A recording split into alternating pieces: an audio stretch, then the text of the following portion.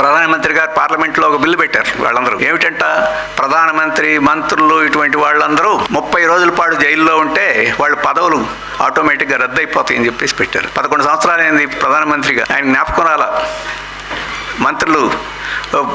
మంత్రులు ఇట్లాంటి అవినీతి ఉంది, ఓ బిల్లు తెద్దామని చెప్పేసి ఇవాళే అత్యవసరంగా ఎందుకు జ్ఞాపకం వచ్చింది. ఈ రకంగా అయితే జగన్ జైల్లో పడ్డాడు, చంద్రబాబు జైల్లో పడ్డాడు, వీళ్ళు ప్రతిపక్ష నాయకులుగా ఉండి జైల్లో పడ్డారు. తేడా ఇది. హేమంత్ సోరెన్ని, కేజ్రీవాల్ని వీళ్ళందరినీ జైల్లో పెట్టారు. లలూ ప్రసాద్ అని జైల్లో పెట్టారు. జైల్లో పెట్టినంత మాత్రం నేరస్తులు అవుతారా? రుజువైనప్పుడు నేరస్తులు అవుతారు. ఆ రకంగా అయితే ఎమర్జెన్సీలో అందరూ గాంధీ జైలుకు పోయి అందరికన్నా ఈ దేశంలో ప్రథమ నేరస్తుడు ఎవరైనా ఉంటే గాంధీ అవుతాడు. ఆయన ప్రధానమంత్రి కాలేదు తప్ప జైల్లో ఉండడమే నేరం అని చెప్పేసి ఇది ఒక సాధనంగా, ఒక కక్ష సాధనంగా వినియోగించుకోవాలి చట్టాన్ని అని చెప్పేసి దృష్టి తప్ప అవినీతిని అరకట్టాలి, రాజకీయాలు ప్రశ్న చేయాలని చెప్పేసి దాంట్లో దృష్టి ఏమీ దాంట్లో కనపట్టలేదు. అందుకని ప్రజాస్వామ్యాన్ని ఖూనీ చేసి అవినీతిని నిర్మూలిస్తావా?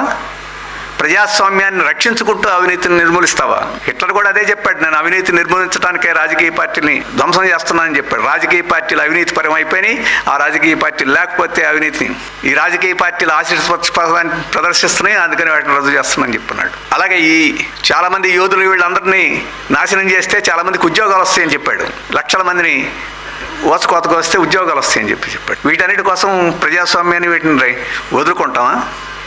ప్రజాస్వామ్యాన్ని రక్షించుకుంటూ వాటన్నిటి మీద మనం పోరాడాలి తప్ప వీటికి పోటీ పెట్టి ఆ రకంగా ఈరోజు జరుగుతూ ఉంది. అందుకనే మనం ప్రజాస్వామ్యం మీద దాడిని మనం ఆ రకంగా ఈరోజు ఎదుర్కోవాల్సిన కర్తవ్యం కూడా ఉంది.